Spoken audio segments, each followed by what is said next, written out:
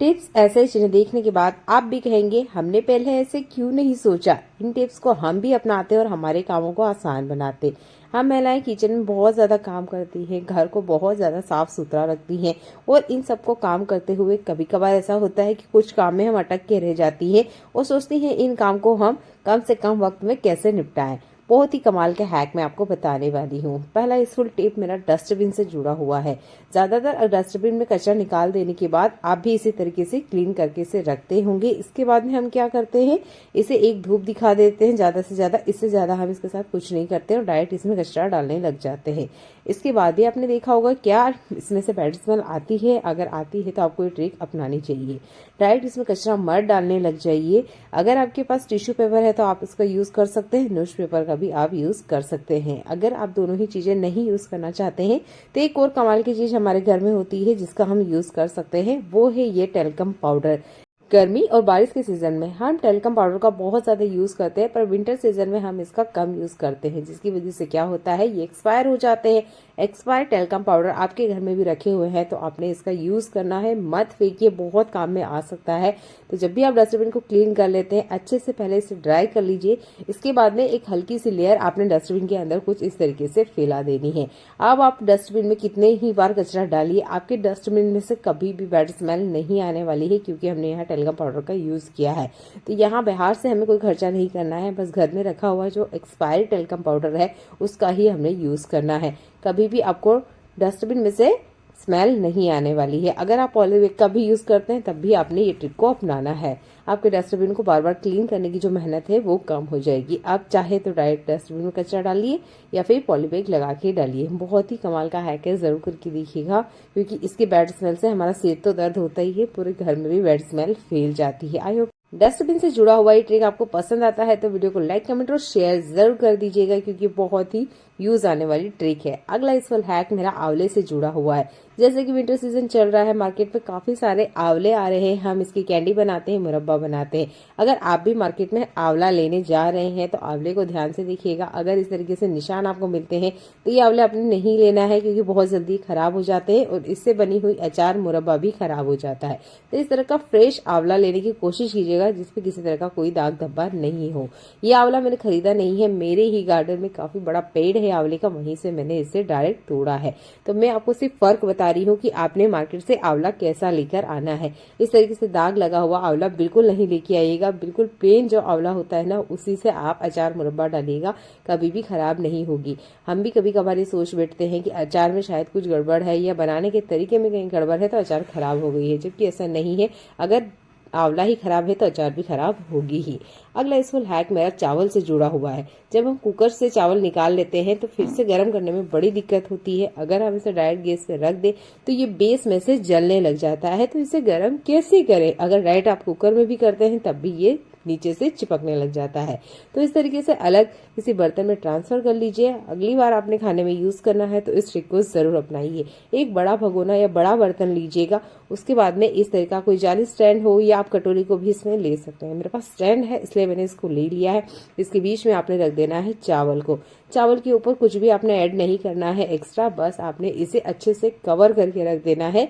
10 minute के लिए medium flame पर आप इसे चढ़ा दीजिए। आप देखेंगे चावल अच्छे से स्टीम में पक जाएंगे, बिल्कुल भी आपका जो भगोना है या तपेली वगैरह है उसमें चिपकेगा नहीं। अगर आप चाहते हैं तो टाइमिंग को कम भी कर सकते हैं, बस आपने स्पीड को बढ़ा देना है। मैंने बिल्कुल यहाँ लो टू मीडियम फ्लेम में इसे पकाया है, तो मुझे लगभग 10 मिनट का टाइम लगा, क्योंकि चावल भी काफी ज्यादा क्वांटिटी में था।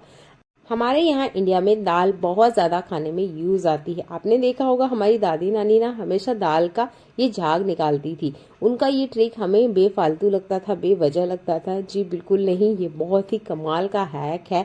तो जब भी आप दाल बना रहे हैं, खुले बर्तन में बनाइए या कुकर में बनाए, लगभग 2 से 3 मिनट का टाइम दीजिए। जब इसका ये अच्छे से झाग बन जाएगा, ये आपने बाहर निकालना है। ये वो काम है जो हमारी दादी नानी करती थी और हमें भी इस ट्रिक को अपनाना चाहिए, क्योंकि डायरेक्ट कुकर में जब हम सीटी लगाते हैं तो ये झाग भी दाल में अच्छे से मिक्स हो जाता है और ये चम्मच चम्मच यूरिक एसिड हम हमारे बच्चों को और खुद भी खाते हैं। तो किडनी से जुड़ी हुई कोई भी प्रॉब्लम है तो आपने दाल को हमेशा इसी तरीके से पकाना है।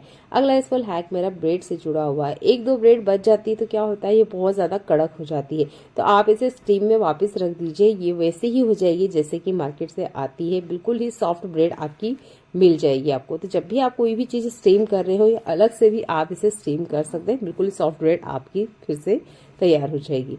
अगला यूजफुल हैक मेरा हरी सब्जियों से जुड़ा हुआ है। जो भी हरी पत्तेदार सब्जी है, कभी कभार क्या होता है, हम मार्केट से लेके आते हैं जब तो ये बढ़िया फ्रेश लगती है, 3-4 घंटे में ही ये मुरझा जाती है, क्योंकि वो लोग क्या करते हैं, इसके ऊपर ठंडा ठंडा पानी डालते रहते हैं, जिसकी वजह से ये फ्रेश दिखती है और हम इसे मार्केट से ले भी आते हैं, पर हमारे घर में ये 1-2 दिन भी नहीं चलती है। तो इसे हम कैसे चलाएं, या सोचे कि बाद में हमने बनाना है, सब्जी अभी आ चुकी है तो इसे हम वापस से कैसे फ्रेश करें। तो इसके लिए ना आप बर्फ का यूज कर सकते हैं। बस यूज करने से पहले आप अगर जड़ वाला हिस्से वाली हरी सब्जी लाए हैं तब तो बहुत अच्छी बात है, अगर कटिंग वाली भी लाए हैं तो कोई दिक्कत नहीं है। आप देख सकते हैं जैसे मैंने धनिया को अरेंज किया है, बिल्कुल आपने ऐसे ही हरी साग सब्जी को अरेंज करना है। और जो आइस क्यूब है, किसी भी बर्तन वगैरह या ग्लास वगैरह या जग वगैरह में इस तरीके से स्टोर कर लीजिए। इसके बाद में आप इसमें हरी साग सब्जी डाल दीजिए, बिल्कुल वैसे ही फ्रेश हो जाएगी जैसे कि अभी अभी हमने इसे खेत में से निकाली हो। ये ट्रिक आप पालक मेथी के लिए भी अगले इस फुल हैक में मैं दवाइयों का यूज आपको बताने वाली हूँ। तो यहाँ पर मैंने एक कप लिया है और ये है एक्सपायरी सिरप, तो लगभग 2 चम्मच इतना मैंने एक्सपायरी सिरप लिया है। और हमारे घर में कुछ मेडिसिन ऐसी जरूर होती है जो कि एक्सपायर हो जाती है या हम ठीक होने के बाद उनका यूज नहीं करते हैं। तो यहाँ पर मैं 2 टैबलेट ली हूँ जो कि एक्सपायर हो चुकी है, क्योंकि हेल्थ अब ठीक हो चुकी है तो इनका कोई काम नहीं आ रहा है।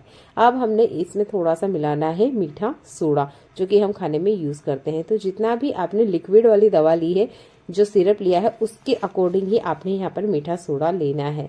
यहाँ पर इन तीनों चीजों को बहुत बढ़िया से हमने मिक्स करना है। मिक्स करने के बाद जो बर्तन आपका जल चुका है या बाहर की तरफ से, जैसे कि मैं आपको यहाँ पर कुकर को उल्टा करके दिखा रही हूँ, इसी तरीके से अगर कोई कढ़ाई वगैरह भी जल गई है तब भी ये ट्रिक बहुत ज्यादा काम आने वाली है। तो इस कुकर को मैं बहुत बढ़िया से क्लीन कर ली हूँ। उसके बाद भी इसमें बहुत सारे ऐसे पीले दाग है जो कि निकलने का नाम नहीं ले रहे हैं, और ज्यादा स्क्रब करेंगे तो एल्यूमिनियम घिसने लग जाता है, क्योंकि कुकर एल्यूमिनियम का है।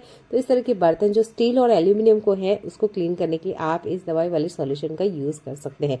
तो यहाँ पर लिया है मैंने नॉर्मल जो बर्तन धोने का स्क्रब है, तो मैं इससे आपको आधा कुकर रब करके दिखाऊंगी। तो देखिए, दोनों ही ट्रिक में से जो आपको अच्छा लगता है वो आप कर सकते हैं। मैं वीडियो को कहीं कट नहीं कर रही हूँ, आप देखते रहिएगा। मैं इसमें हल्का हल्का रब कर रही हूँ, यहाँ पे भी काम हो रहा है। जितना इसमें पीले दाग है बढ़िया से अच्छे से क्लीन हो रहे हैं, जो शाइन है वो भी बहुत अच्छे से आ जाती है। मीठा सोडा अपना काम करता है, दवाइयों के साथ बहुत अच्छे से रिएक्शन करता है। जितने भी पीले दाग है वो तो छूटते ही हैं, जैसे कि आप इसके ऊपर देख सकते हैं। तो ये काफी ज्यादा गंदा हो चुका है, क्योंकि कलर आप देख सकते हैं यहाँ पर बदलने लग गया है। दवाई की जो खाली पैकेट होते हैं, अक्सर हम भी इसे फेंक देते हैं, पर आप खाली पैकेट का यूज कर सकते हैं अच्छे से स्क्रबिंग के लिए। तो यहाँ पर एल्यूमिनियम के बर्तन पे मैं आपको करके दिखा रही हूँ, आप ये ट्रिक स्टील के बर्तन के लिए भी कर सकते हैं। ये ट्रिक पहले वाले से ज्यादा बेटर है। बस आप हल्का हल्का थोड़े ही टाइम रब करेंगे और आप देखेंगे इसके ऊपर जितना भी गंदगी है ना, कुछ ही सेकंड्स में सारी की सारी बाहर आ जाती है। तो मैं बढ़िया से अच्छे से हल्के हाथों से ही रब कर रही हूँ, बहुत ज्यादा यहाँ मैं ताकत भी नहीं लगा रही हूँ। दवाई का जो खाली पैकेट है बहुत छोटी साइज का है मेरे पास, बड़ी साइज का होता है तो मैं पूरा कुकर आपको क्लीन करके दिखाती। आप देख सकते हैं कुछ ही सेकंड्स का काम है और कुकर से कितनी सारी गंदगी ना बाहर आ चुकी है।